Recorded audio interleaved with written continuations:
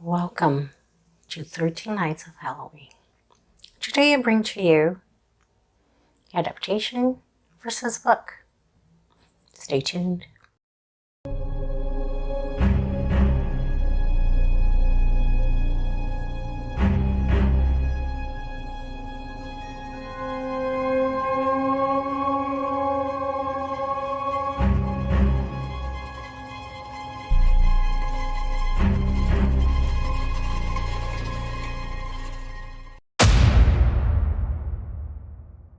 Hi guys, I wish I could keep up with this, but I'll be excited about the book and we all know it's not gonna last. But with no pun intended, I will be bringing you today a discussion and review of both the book and movie adaptation. Human me here saying that the joke is actually on me. There is no pun to be intended because the name of the movie and the book is actually Audition. So if you hear me call it adaptation, go ahead and laugh at me. I know that I'm thereby correcting every mistake I make to Audition. The name and the book is Audition. I still highly recommend it. I just don't have any time to film this, and I'm so sorry. I'm embarrassed, but it is what it is. No excuses. I love horror movies. I've been watching them since the end of August in anticipation for Halloween, reading more horror. So I hope you're okay with accepting that I'll have a lot of these episodes where we'll go over the book and the movie or series. And I'll leave it up to you if you watch both to let me know which one you liked best, and I'll also share my humble opinion. Today I will go over a book that I consider a Japanese classic, Adaptation by Ryu Murakami.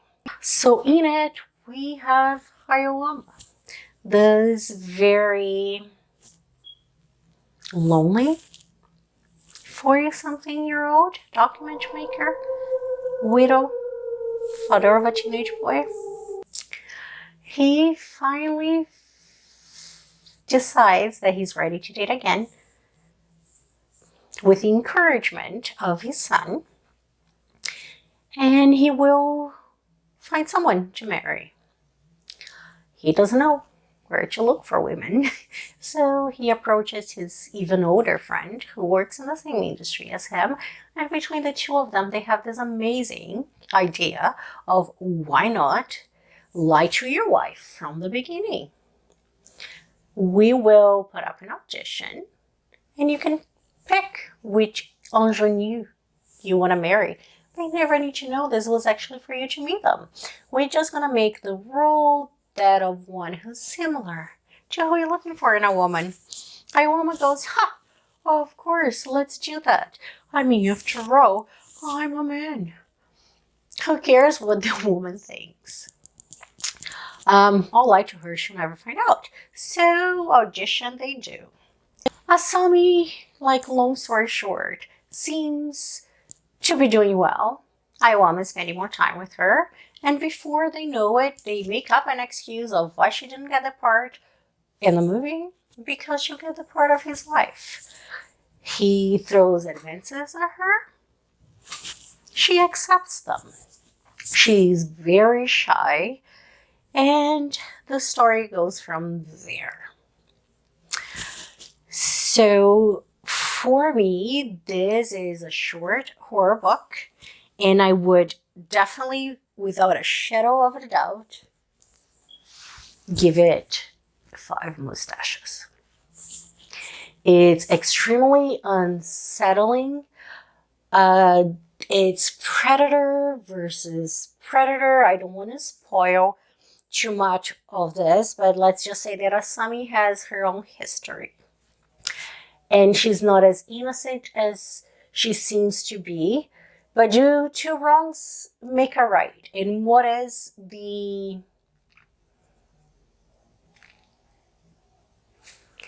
aftermath of childhood traumas, as per se? Do the kind of love we learn as children shape the kind of love we give and look for as adults. This book puts all of that in question and it answers that for you in a very disturbing way. The writing, I can only assume, is wonderful. The translation certainly was, to the point that I wish I could speak Japanese just so I can like bask in its original form. It is, like I mentioned, extremely unsettling. There is a somewhat plot twist that most people might know about, but I won't go into it. It's hard talking about it without talking the spoilers, but I recommend to you this book so much. I think it's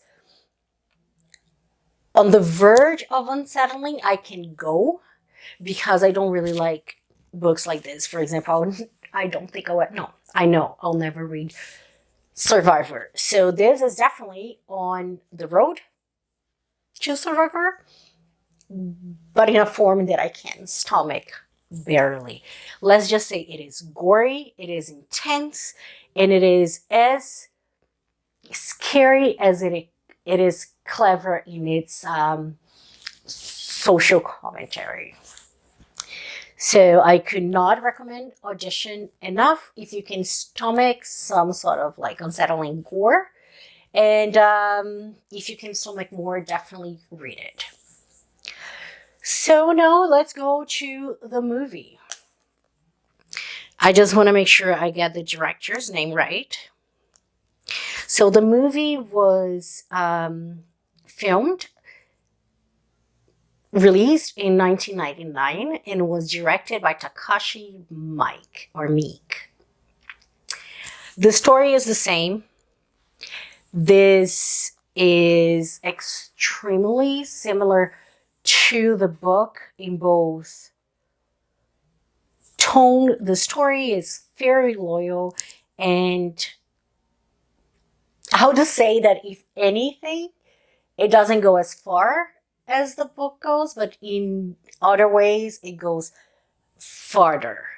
I don't know if it's because of who I am as a reader. There are things that I have a hard time imagining some scenes, so I'm able to read through some disturbing aspects of a work and no imagine, just understand the words. But there are some scenes, one in particular in the movie, that I cannot stomach. I literally went to the bathroom and vomited it because it was disgusting. The cinematography is beautiful. The editing is superb. I'm not even going to go there with the direction and the acting. I felt everything. It was really intentional in the building of the suspense and in the narrative, and it did not shy away from being extremely gory.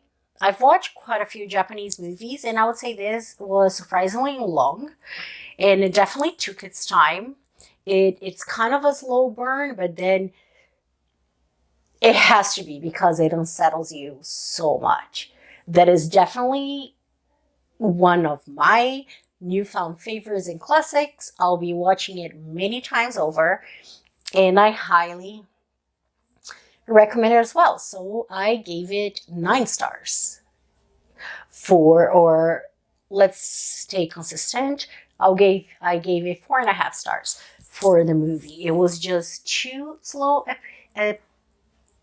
parts, and I understand where they were going with some creative choices, but at times it was just a bit too confusing. So 4.5 is not bad. With that said, who did it better, the movie or the book? And I would say it's a tie. I highly recommend both. I feel that everybody who likes horror, it can stomach gore to some degree, must read the book. It is amazing. I'll be seeking more. books by Murakami. But if you have to pick one, I have to go pick the movie just because it's visually stunning and it's very visceral in its unsettledness. It's very artistic. It is actually not a movie, it's a proper film. So there you go. This was what I hope is a very short. And I can't wait to see you tomorrow. Until next time.